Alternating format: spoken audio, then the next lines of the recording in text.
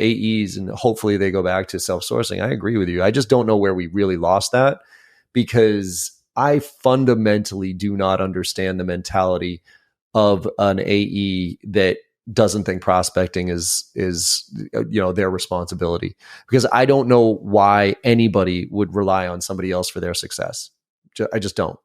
Like, yeah. I'll tell you this, as a former VP of sales and whatever, if you came into, Jason, if you were an AE of mine, okay, and you came into my office and you missed your quota for whatever, right? Like you missed your quarter or whatever, and the reasoning was because you didn't get enough leads from your SDR or marketing, before that fucking sentence came out of your mouth, I'd fire you. I'd be like, get out of my goddamn office.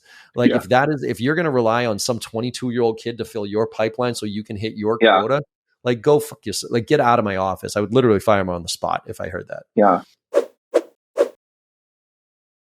You probably don't remember the first time we met. I sent you a cold email to get on your podcast. Do you remember that? This was like in 2018.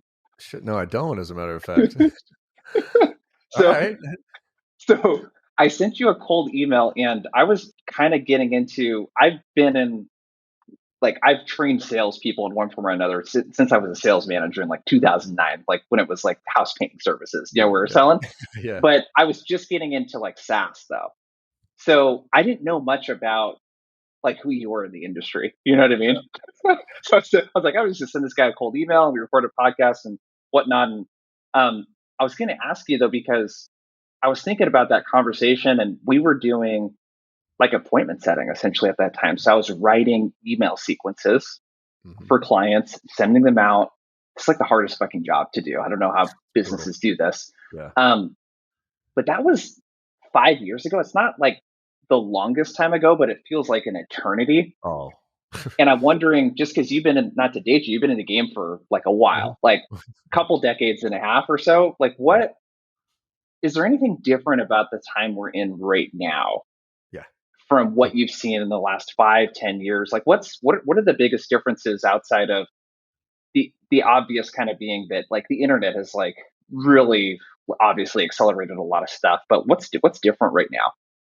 Yeah, I think, I've been having this conversation because, I've been around for a while, right? I graduated in 98, right? And so I've seen some pretty crazy shit, right? I saw the internet. Like when I was first in sales, and first of all, there was no degree in sales when I got into it. So college, like I was marketing and I fell into it.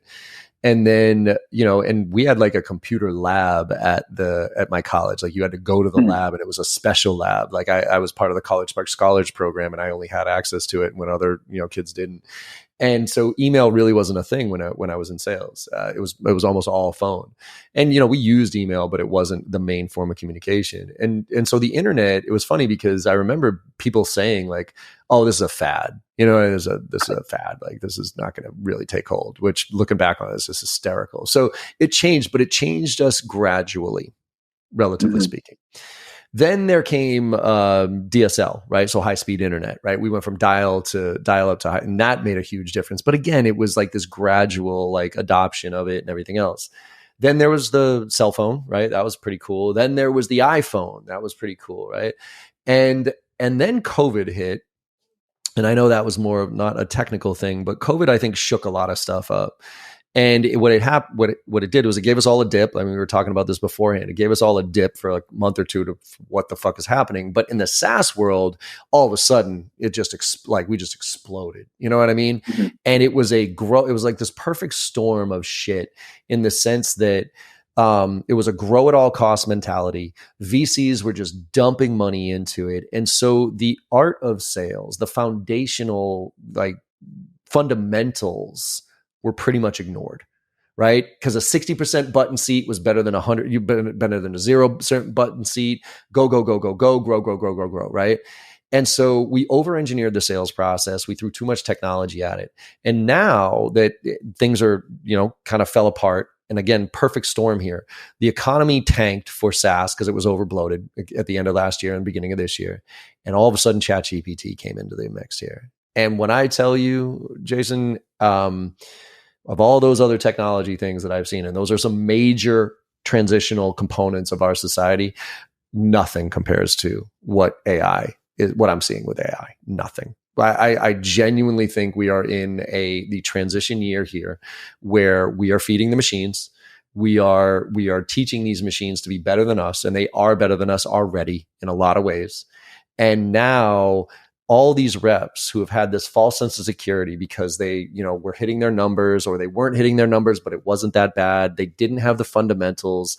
I mean, we've gotten away with sales for the past 10 years has basically been cranking out a bunch of template crappy ass emails, setting up demo discovery calls with anybody with a pulse, asking dumbass Bant questions, droning through demos, using our SE to do the majority of the work, and then offering a massive discount. Like, that's been sales for the past 10 years. And it's not been that fucking hard. Okay. I'm sorry. If you got into sales after 2010 in SaaS, it has not been that hard. Now it's hard. And now reps don't have the skills, the foundational skills to sell. And now you have AI coming in, and we have trained these reps to be robots, and now they're getting replaced by robots. So, I make the analogy of it's almost like the trophy generation. You hear everybody give shit about the trophy. Oh, these trophy, everybody wants a trophy, right? Well, guess what? That kid, when I was a kid and I lost, I felt bad, but my parents said, okay, well, suck it up. Go get better, right? Yeah. Now a kid feels just as bad when they lose, but the parent, oh, it's okay, here's a trophy, whatever. So it's not the kid's fault that they're always expecting a trophy, because we gave it to them. It's the same thing with SDRs, BDRs, and a bunch of, like, we've over-engineered the sales process. We've given them too many tools. We forgot the fundamentals, and we've turned them into robots. And now they're getting replaced by robots. And quite frankly, I'm going to get replaced by a robot. There's no question. I'm actually replacing myself with a robot. I'm actively working to create an AI version of me that is going to be better than, and the people that I'm working with said, John, we love you like a brother. We think you're great, but what we're going to build is going to be better than you. And I said, good.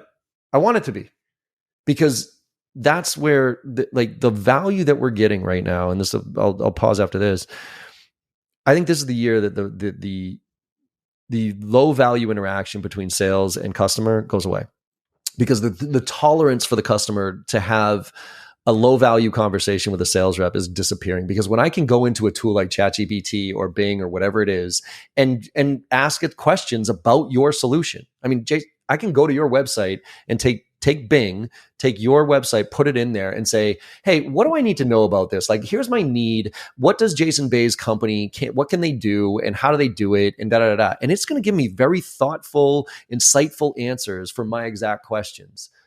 I have that, or some freaking kid who's going to ask me a bunch of dumbass Bant questions and drone through a PowerPoint presentation that's not relevant to me at all, and not even answer my questions. And before they have to flip it over to an AE who can maybe answer it, and then bring in an SE who can actually answer it. Like, that's where I think we're in trouble. The value, there's a study that came out of Gartner that talked about how they averaged out boomers, millennials, and Gen Z or Gen Xers.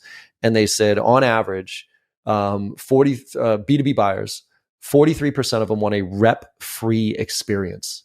They don't want a sales rep involved in the sales process. Now, that's the bad news. The good news is that of those 43% that did not want a rep involved, they had a 23% higher regret rate. They regretted the purchase more. So that tells me there still is value for sales to bring to the equation here. It's just not droning through PowerPoints, sending out cadences and shit like that. So, yeah. Dude, so much we could talk about. So I want to get your take on what's really funny is when you come from outside of software, which I did, and you come into the industry, and I saw 5-6 years ago, I'm like, how people do business, and especially how the sales org is structured. It's kind of intimidating from an outsider perspective, because you're like, oh, wow, so there's SDRs and you account executives, and you separate, and there's a handoff and all this other stuff. And then you start to realize, I mean, you've been talking about this for the longest time, dude, about how bad that buying experience is. Oh. And my question is, like, is this just a flawed sales model that we have in SaaS in general, where we expect someone that's in their mid-20s to be able to land? I'm just thinking of me as a 24-year-old. There's no fucking way that I was going to land an appointment with the VP of sales. Like, the people we sell to now, there's no fucking way they're going to take a meeting with me. Nope. Just never. And like, these are the people, like every time I work with SDR groups now, it's almost like I just like I have my work cut out for me because I go in and I see the problem now. I see why account executives get frustrated with the meetings. I see why buyers are frustrated, and it's not the fault of the net SDR necessarily. It's just the position that they're being put in. Is this just a totally flawed model that predictable revenue kind of popularized Yeah. during a time when the economy was literally at an all-time boom, like for over a decade plus? It's the best economy we've ever had. Like, what are your thoughts just kind of like on that model, and where do you see maybe the model shifting, if at Yeah, all? no, absolutely. It worked when the economy was on fire because Hmm.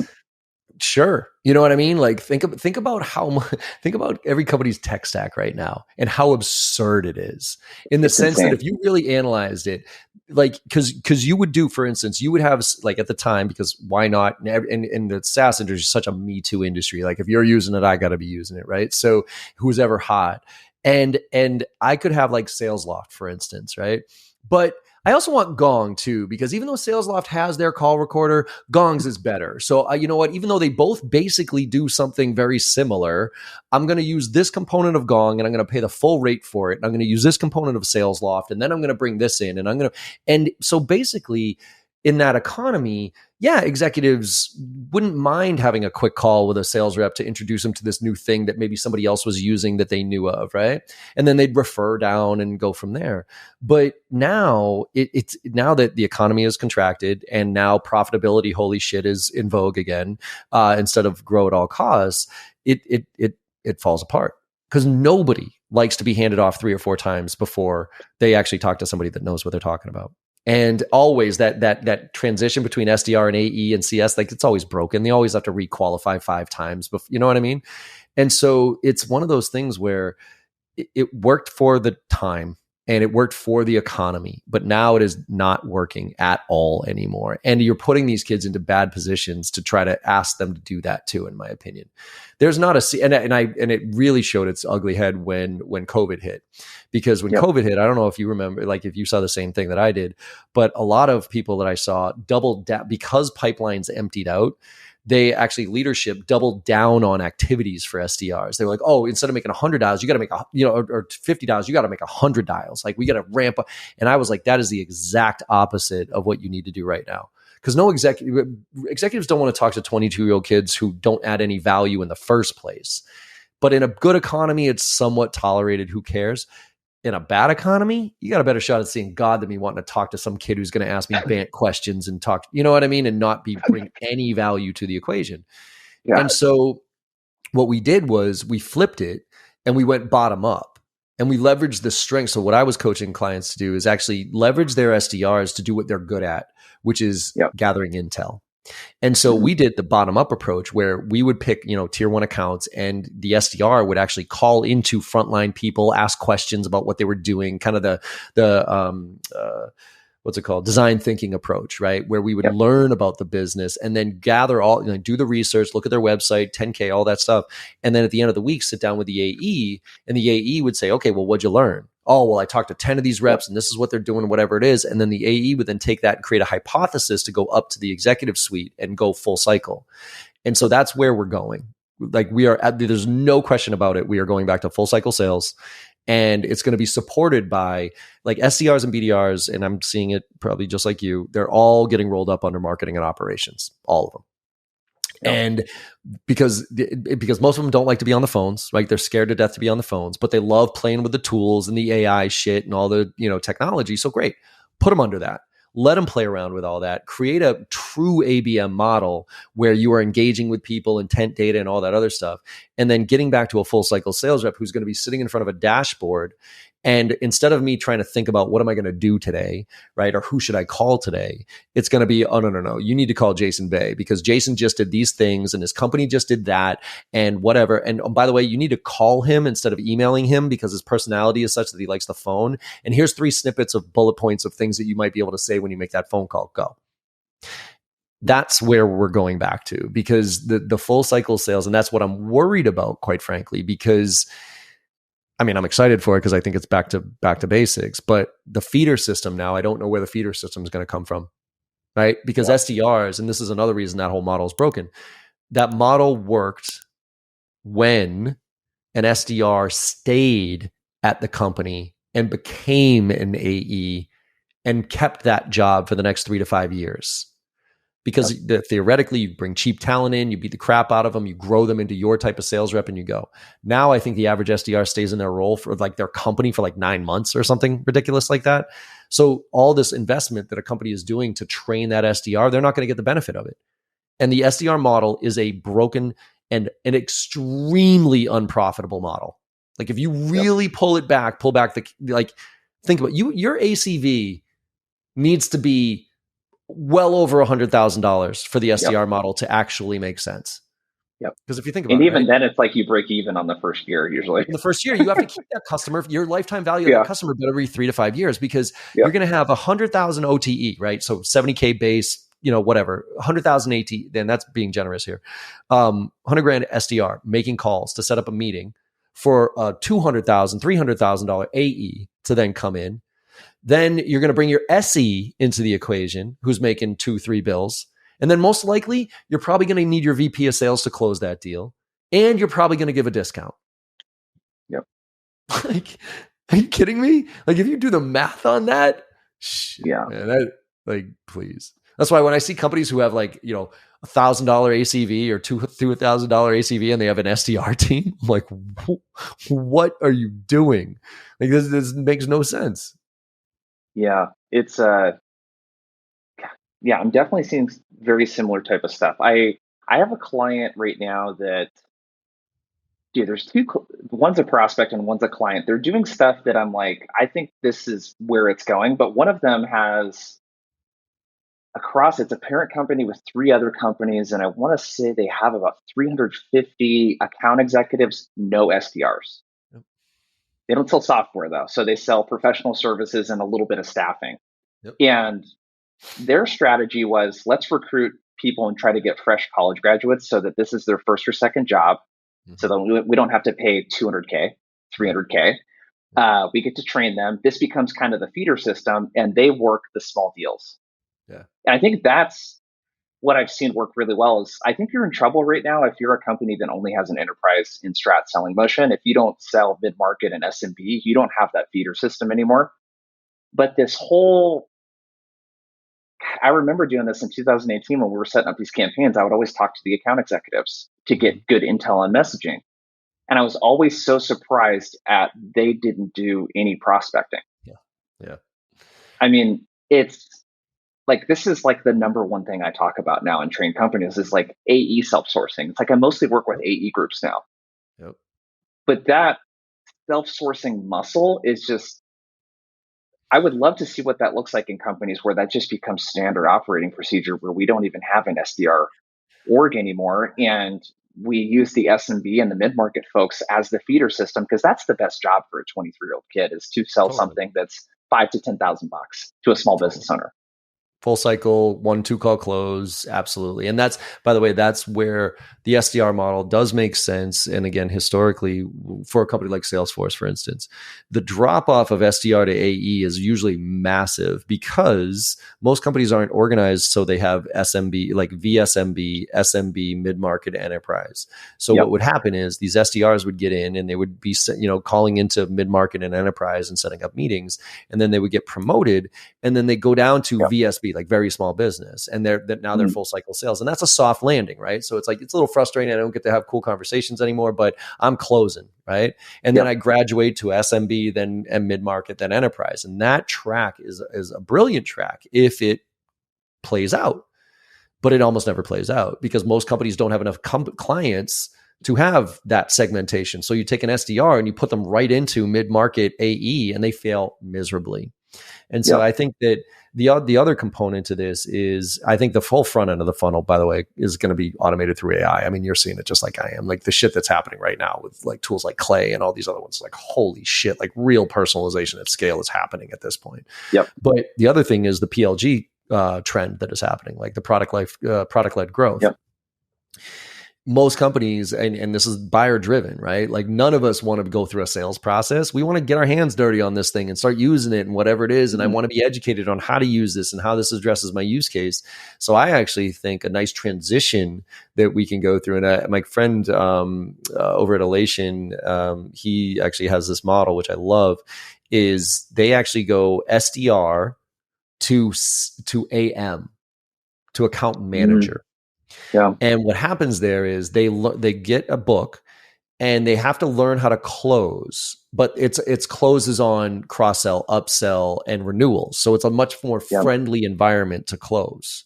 Yeah. And so what they do there is they learn how to close, but they also learn application, use cases, how they use the product. They actually now have empathy for the client because they see the challenges and all that other stuff, and they have stories from that. So after they do that, then they become an AE, and now they got all the tools that they need, right? And to your point of AEs, and hopefully they go back to self-sourcing. I agree with you. I just don't know where we really lost that, because I fundamentally do not understand the mentality of an AE that doesn't think prospecting is their responsibility, because I don't know why anybody would rely on somebody else for their success. I just don't. I'll tell you this as a former VP of sales and whatever. If you came into Jason, if you were an AE of mine, okay, and you came into my office and you missed your quota for whatever, right? Like you missed your quarter or whatever, and the reasoning was because you didn't get enough leads from your SDR or marketing, before that fucking sentence came out of your mouth, I'd fire you. I'd be like, get out of my goddamn office. Like if you're going to rely on some 22-year-old kid to fill your pipeline so you can hit your quota, like go fuck yourself. Like get out of my office. I would literally fire him on the spot if I heard that. Yeah. So. Yeah. I think the other thing that's problematic, I hope this doesn't alienate any of the sales development leaders that may be listening to this, is that another problem this creates is when you have an SDR that decides to go the sales development route and become an SDR manager, and then a director of sales development, then a VP of sales development. You have someone leading an entire organization of sales SDRs who has no closing experience. Yeah. And I think that's really problematic because, I mean, you see this, anytime I work with a new client, I always want to talk to the account executives prior to starting the training with the BDRs. Yeah. I'm just going to get better intel, because I can be like, John, so like last 6 months, how many deals you closed, and like how many with that specific persona that we're going to be working on, and like tell me a little bit more, like what problems are they coming to you with? Like what's the language they use? Who needs to get involved typically? Like what are the senior people that SDRs tend to struggle getting meetings with? Like what do they care about? And I think that creates a whole department within the company where they might have hundreds of people that don't really understand the buyer that well, that are spraying and praying on behalf of the company. So yes, and I agree. I think that is a challenge, but it's also more systemic, I think, from a business standpoint, right? Because there are easy ways to address that. Like if an SDR became an SDR manager and an SDR VP and that type of thing, that would be fine if the organization was aligned and we learned from each other and there was a feedback loop, and you know what I mean? And we did deal reviews where SDRs actually paid attention and they actually got cycled in when the deal closed and got educated on what happened throughout that sales. But you know what I mean? Like there are ways to smooth that transition out. So it theoretically could work in a great scenario with a really aligned organization, but organizations are almost never aligned. SDRs are always looked at as, I mean, like think about the disdain most, AEs have for the SDR role. The only ones that don't have disdain are the ones that used to be SDRs, right?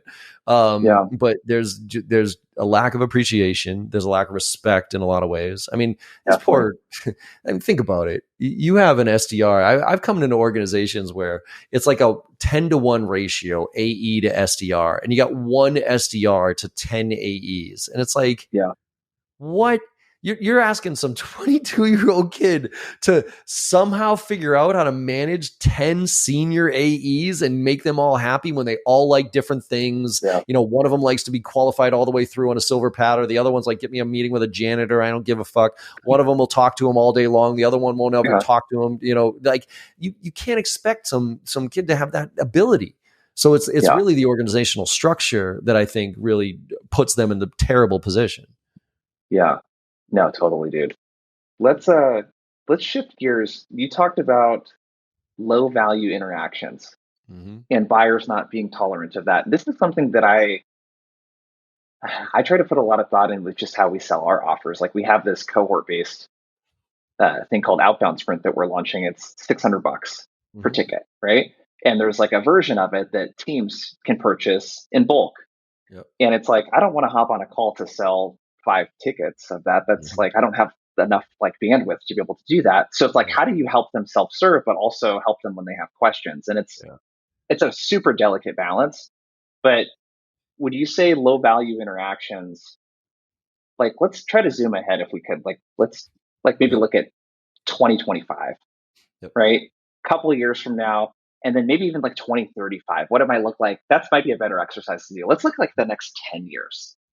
Um, what are those like? What do you see becoming a low value interaction that requires right now a call or some sort of other time from the prospect that they don't want to spend? Like where do you see that going? And my hope is that this kind of like gets people thinking about like how they maybe might need to prepare for Yep. that. So there's so much intel about people. Like I'll use this analogy. I think is a way to look at it. Is I actually think that in the future, in the not so distant future, every single email in our inbox is going to be super hyper personalized and super relevant to each one of us, but it's not going to come from a human. You know? Because if you think about it, why do we hate spam? Usually because it's irrelevant, right? It's crap. Fucking this is dumb, whatever. Well, why do I like Instagram? I've trained the Instagram algorithms train me. Yeah, I've thumbed up and thumbed down ads. I say this was irrelevant, whatever it is. I stay on things longer than other things, whatever. So now pretty much every email, every ad that I get from Instagram is like something I want. You know what I mean? It's like, oh shit, I didn't yeah, like that. I didn't even know that was a thing. Like, I'll take that. You know what I mean? And so if you fast forward a little bit, with the amount of information that's out there about you, about me, with the social and LinkedIn and all these different things, all you have to do is turn AI on to an individual eventually, and it's going to tell you everything that you need to know about that person. And it's going to be able to create messaging that is super relevant based on where they are and what they are. And quite frankly, when my inbox is filled with a bunch of super highly personalized, relevant stuff, do I care whether that's coming from a person or not? Absolutely not. I could give a shit no, if a sales rep hit send on that, whether a robot did. Now, do I want to talk to somebody as a person? Absolutely. Right. So I think if you look at anything related to, like, I'll pick one piece, qualification, for instance. I there to me, and I make a very distinct difference between qualification and discovery. Qualification is a stage. It is a set list of questions that I ask you to figure out if you fit the mold of somebody I can sell my shit to. Period. yep, Right? Discovery is about you. Now I'm trying to learn. Now I need some business acumen. I need to know the questions you ask because you don't always know what you need. You know what I mean? So I'm going to ask you questions that are going to be thoughtful. So business acumen, like what I'm telling reps right now, is focus on curiosity, business acumen, and EQ. Like if you can genuinely connect, because it's like Gary Vaynerchuk said this to me once.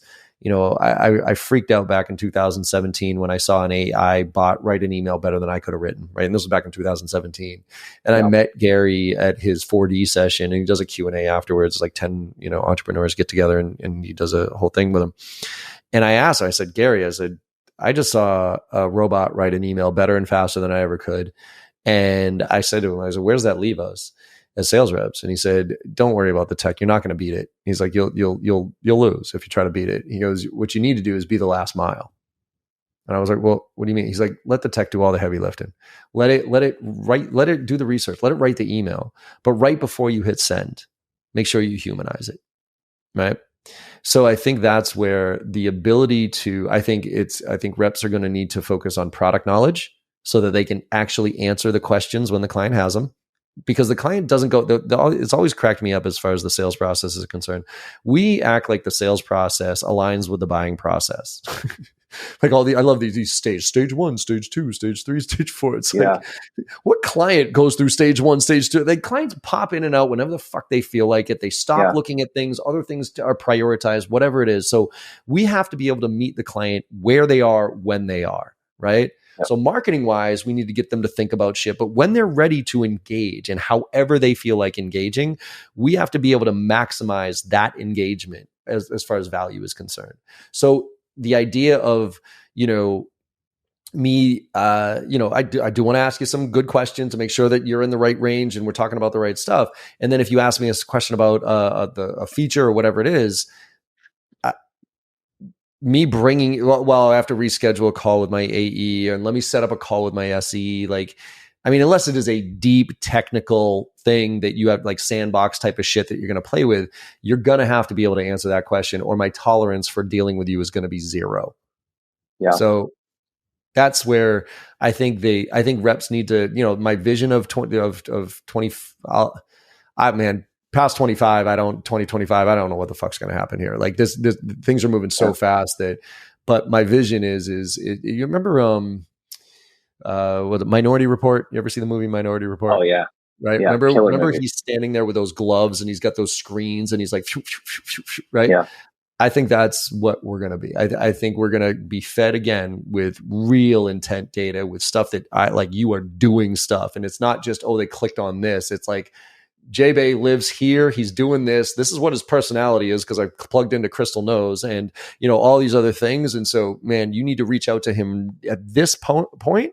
And by the way, the optimal time to reach out to somebody like Jason is this time with an email about this type of stuff. And then when you get him on the call, make sure you live coaching of what to ask and those type of things. But the human element is what we need to preserve here. Yeah. Okay. So my next question then with that is, just because we both play in the outbound space. Yep. What's outbound looking like in 3 to 5 years? Because it's marketing, man. I don't know about you. It's like, I think so too. It's marketing. The thing, I love the phone, but it's, unless you're using Orem or some dialer, like, dude, you're going to call through 30 numbers in an hour and maybe get a hold of 1 or 2 people. Yep. And unless, like, cold calling is basically becoming a game where if you aren't a world-class like rep on the phones, you don't get meetings. You just aren't, especially as an account executive. And then the emails, even 2 years ago, I'm like, if you just wrote an email that didn't talk all about yourself and was less than 120 words, you probably were going to get a reply. Yeah. It was so easy to differentiate. Now I'm working with reps and I'm like, that's a fucking good email. And it's not getting opened, Well, where do you kind of see outbound shifting? So that's why you hear HubSpot moving to Allbound, right? You hear this term now that a lot of people say Allbound, right? Because you also think of the segment. Let's go back to the predictable revenue piece of this as well. That segmentation also splintered organizations from a credit standpoint. And that's why SQLs versus MQLs and sales versus marketing. And I got credit for that. Well, they showed up to the booth. So who fucking cares where it came from? Right. So that's why I've always said that sales reps need to be mini marketers, because it's all what you noticed 2 years ago, I noticed 10 years ago, because when I started with this 20 years ago, it was the basho why you now email. Right. And it was like, if you went on somebody's website and you did research and you looked for that trigger and you found it and then you fired it off literally to the CEO. Like, I got emails back from Mark Hurd, from Mark Benioff with one email. And it was like, holy shit. So if you spent 15, 20, 30 minutes writing an email, you were getting a 15, 20, 30% response rate. But then all of a sudden in 2015, 16 is when I started to see a decline in that one singular email, because the cadence tools were coming out, the sales lofts, the outreaches, and reps were then just littering the C-suite with shit and the response rate. But then it became the contact strategy, right? So it's not that's why when people say, oh, phone doesn't work or email doesn't work or social doesn't work, of course. Because it's not about any one of those things. It's about all of those things. Yep. And so I think if you just bundle in outbound to allbound and we get rid of who gets credit for what, like example here, like Morgan, when he used to work for me, Morgan would do a lot of outbound, right? And all of a sudden, and I got all the inbounds at that point. And I would get the inbound and I'd look in Salesforce and I'd say, oh, this is an account that Morgan was going after, even though it wasn't the person that he was going after, right? But you can't tell me that Morgan, all that effort that he put into outbounding to them, didn't ping somebody to tell somebody else within the organization to go look at that, and then they decided to come to us the way they wanted to, right? Yeah. So now in a traditional organization, Morgan wouldn't get credit for that because it was an inbound lead. So marketing gets credit for the inbound leads, right? Morgan only gets credit for what he generates. And that's bullshit. Morgan should absolutely get credit for that, right? So I don't think that there should be credit at this point. This is why I think full cycle sales, and that's why SDRs and BDRs are going to be salaried positions and not paid on commission. Because I don't understand why they would get paid on commission. Like, what's the point? So you make them salaried, you roll them into this, and then who gives a shit where and then you align sales and marketing where who cares where the lead came from? We're all doing this activity. So I do think that there is something for an outbound, but it goes back to that full cycle sales rep doing outbound very strategically to certain target tier 1 accounts that is supported by ABM that gives them the insights that they need to make that outbound, but in such a more relevant and targeted way than it's been for the past 10 years that it'll actually work. Yeah. Because I think we're heading for Anthony Iannarino he's calling it the outbound apocalypse, where it's just like nothing's going to work anymore. I disagree. I actually think it's gonna work, but it's not going to work with sales reps. Like I said, my point is, like, the Instagram example is real. Yeah.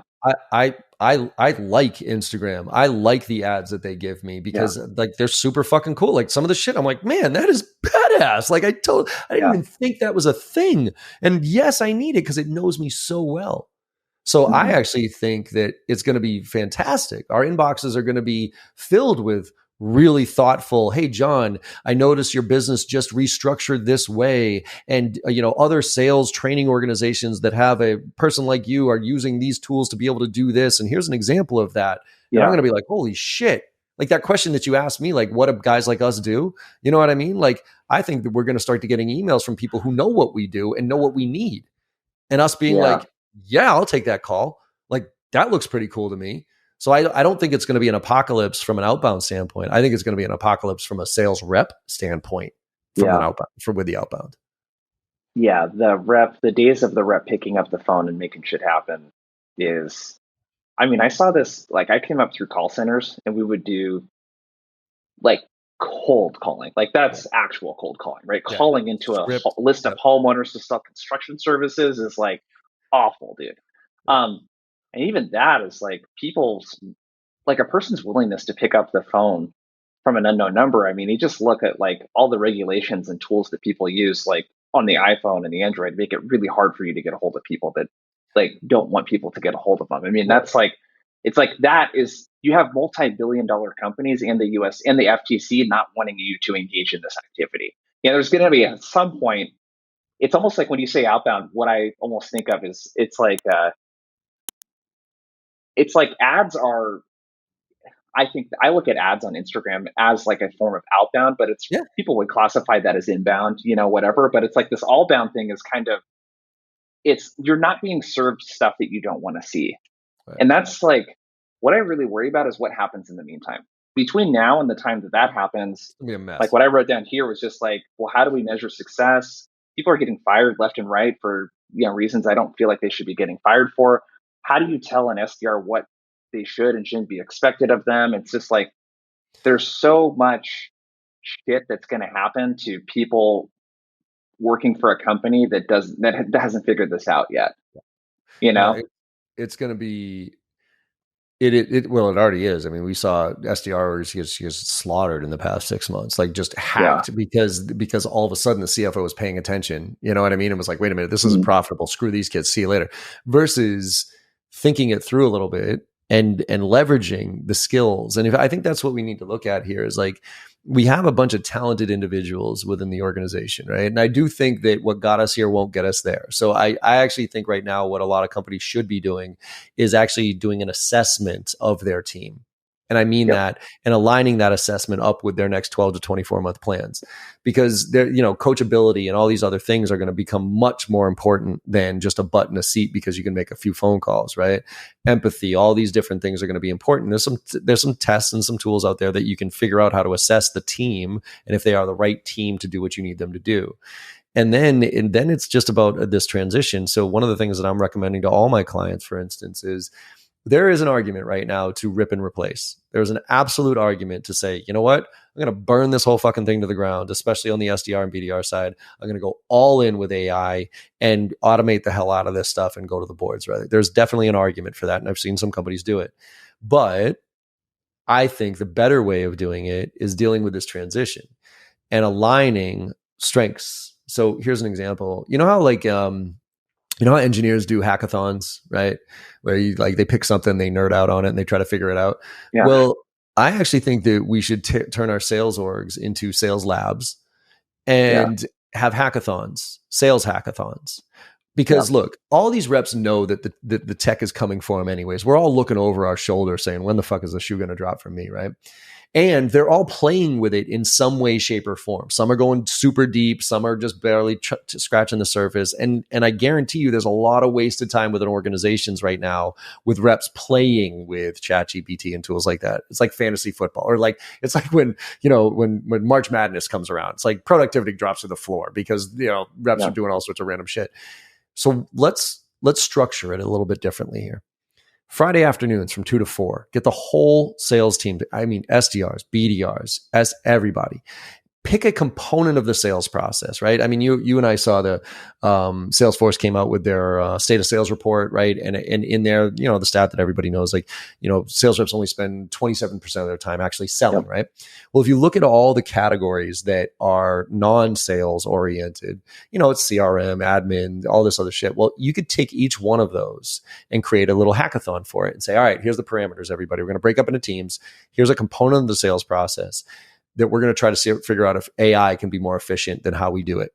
Now, you got 2 hours, go. Whoever wins, right? Now what happens is, so let's pick account research, right? Let's pick personalizing emails. Let's pick summary calls afterwards, whatever, right? Pick any one of those little things and then unleash them with a structure to go find something that can do that more efficiently. And if we do, well, now it's a win across the board because one is you're increasing employee satisfaction and alignment because you're letting the kids play with the tools, and the younger generation and the older generation can work together on that because the younger generation is going to be AI native. The older generation is going to have some business acumen to it. So they're going to be able to work together. Then if you actually find an AI tool that creates some type of efficiency, well, now you can reduce your tech stack and you probably reduce your spend. So you win and that helps with this transition, and that teaches the reps practical application on some of this stuff, right? As opposed to complete replacement by it. And the analogy that I'll make on where I think everybody needs to be right now is, you ever see the movie Hidden Figures? I think I have. It's a little fuzzy though. So Hidden Figures we went to NASA, right? And it was the first. I'm sorry, NASA went to the moon. It was the first time we went to the moon, and it was interesting because there was the subplot of it was there was these bunch of black women who were called computers. They were literally called computers, and they were in the way back. They had to walk a mile basically get to go to a bathroom, and obviously treated like shit and all that other stuff, right? But they were computers. They did it was fucking amazing to me watching this movie because I'm like, wait a minute, they're like Pythagorean theorem shit to get us to the moon. Like, are you shitting me right now? Like, okay. The main head of the computer women walked into the NASA main office one day and she saw this massive IBM mainframe computer get installed. It was the first of like multi-million-dollar things. I mean, mainframe computer, huge, right? And she looked at it and she said, oh shit. And she had two choices. She could have gone back to her team and said, I just saw this thing that they invested in. We got to be better. We have to be smarter. We have to be better than the machine so we can beat the machine because, we can do this, right? That was one approach. The other approach, which is one she took, she picked up the manual and she started to learn how to use it and turn it on and maintenance it and leverage it. Then when they finally turned that sucker on, the IBM technicians didn't even know how to use the thing. By the way, what she did was she not only taught herself, she brought it back to her team and she said, look, we have to learn this thing. So when they turned that thing on, the IBM technicians couldn't even figure it out. Those women went from 100% replaceable to absolutely indispensable.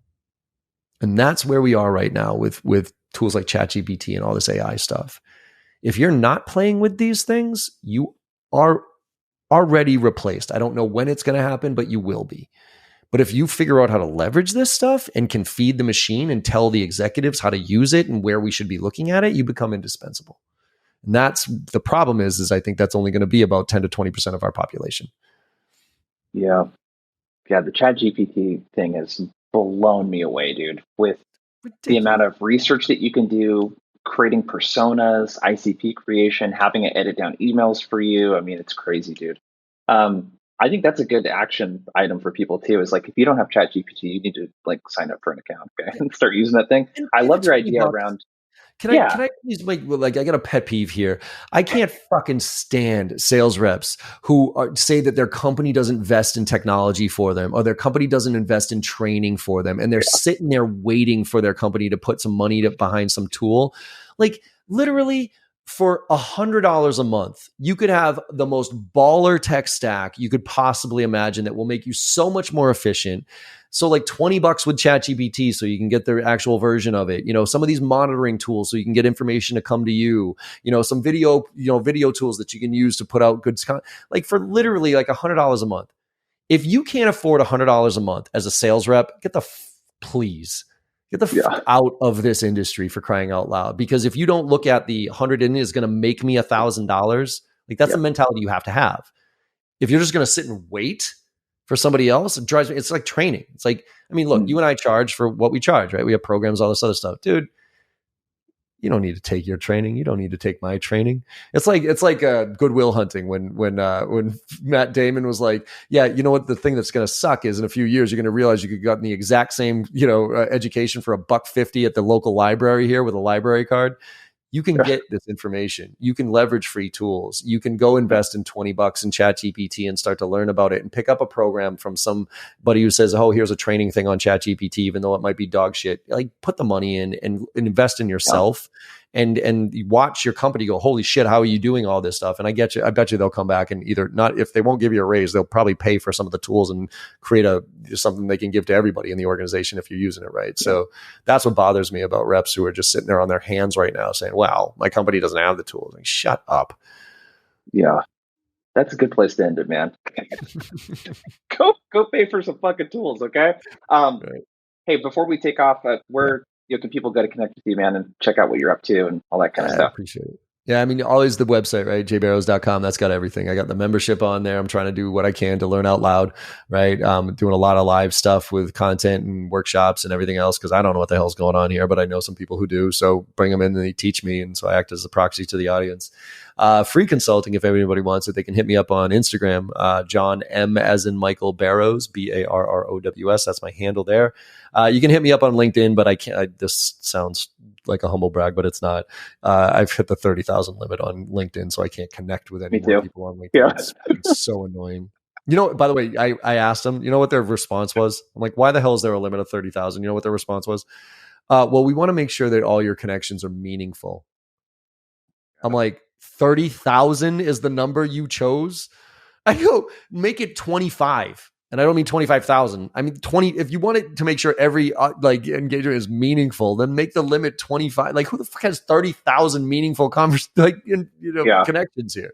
So it's just wicked annoying on that. So, anyways, but you can obviously follow and all that other stuff. So.